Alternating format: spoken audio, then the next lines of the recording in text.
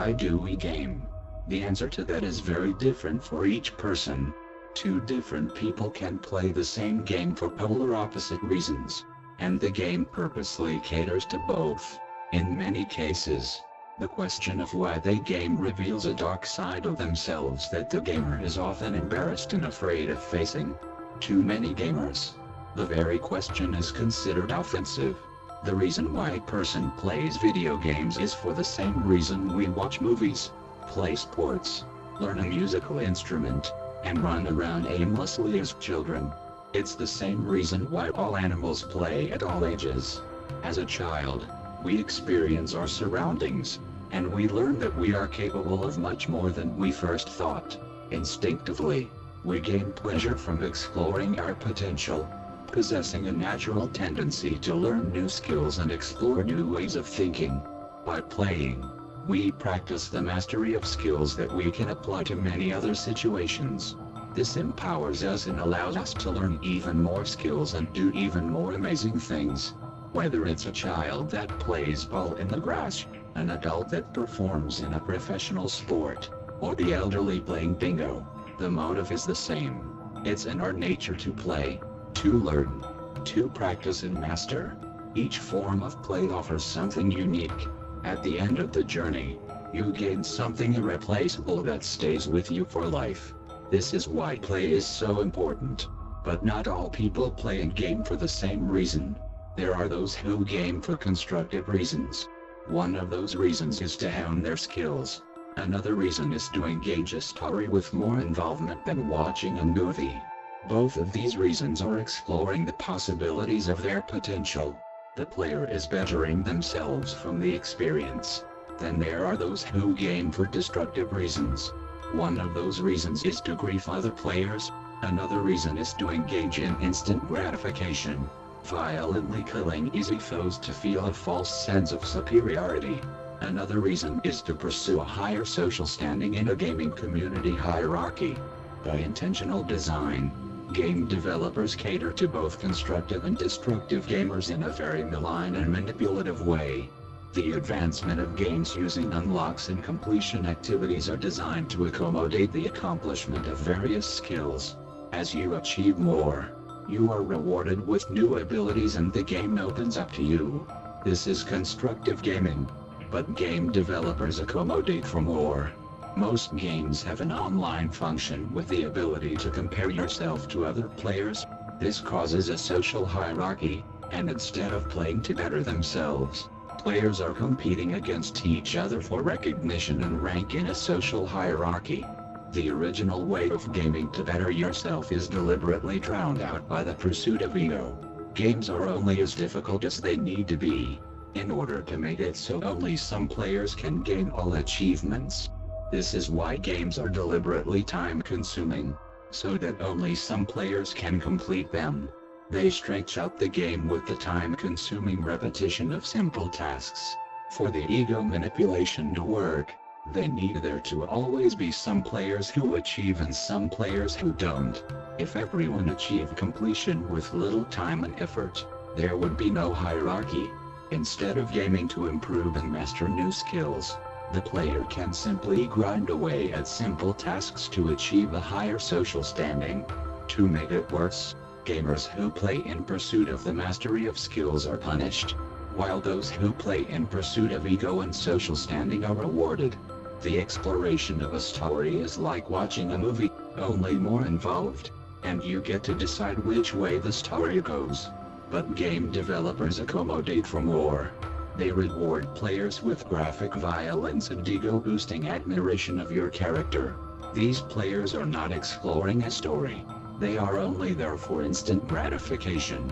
Game developers cater to instant gratification so much that it drowns out the exploration of a story. Game developers design game mechanics to deliberately allow griefing.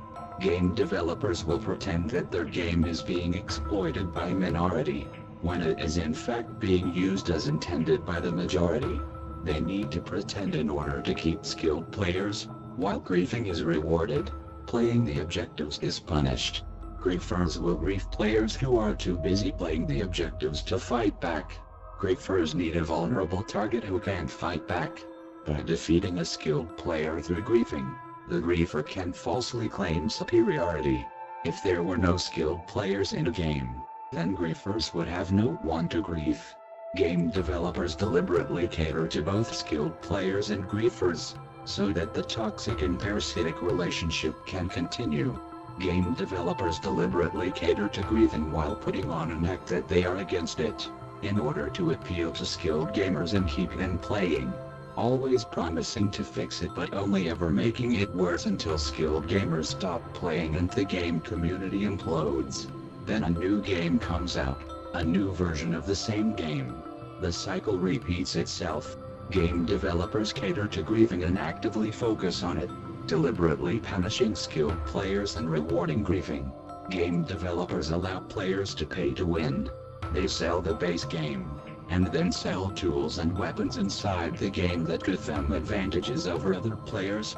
Instead of selling the advantages from the start, they slowly upgrade the advantages as time goes on, milking the players for multiple incremental payments as they go and constantly evening the gap between superior and inferior players, all in the false name of equality, evening the chances of success.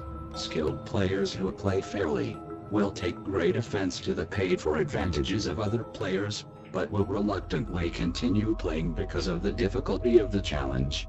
Game developers will drag the game's lifespan out for as much money as they can milk out of it, until they make a new version of the game and the cycle repeats itself.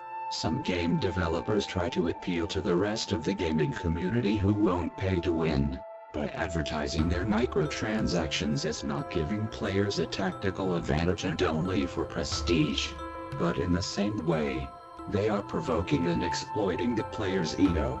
Instead of pay to win, it's pay to show off something you didn't earn. Constructive gaming takes the best of all worlds in one. Like a movie, you get experience a story. You see new things from new perspectives, and the story inspires you. Like a sport, you get to practice strategy, tactics, and coordination. You interact and learn through the challenges of constructive competition. Like a discipline, you get to focus, memorize and problem solve with speed and efficiency. You learn to multitask and harness your brain power.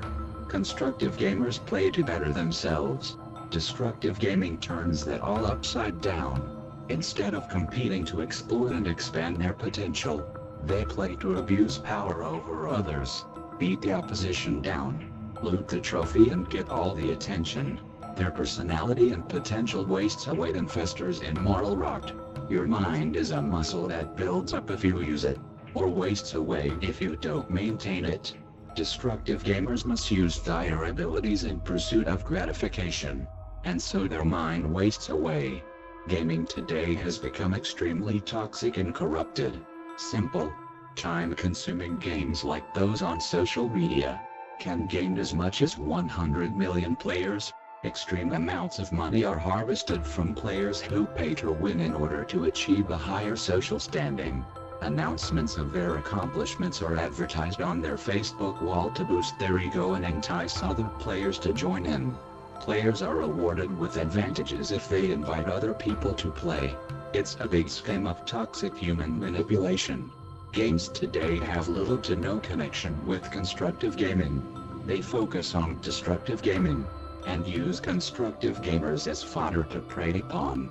Even sportsmanship in professional sports is at an all-time low, where fans only want to see competitors get upset and fight each other instead of playing to the best of their abilities. Fans of sports teams will take great pride in their team, without any personal connection with the team. They simply follow a random team and take great offense to anyone who supports other teams. It's just a scheme of human manipulation and exploitation. This is all by intentional design. There are toxic ideologies at play behind the gaming industry. Instead of exploring human potential, they focus on exploiting primal nature. Big gaming companies have bought out all the smaller gaming companies, and use their monopoly to enforce their exploitative ideology upon the whole industry. Gaming has not advanced, but gone backward. Games are corrupting human nature, when they should be advancing it. But there is hope for the gaming industry.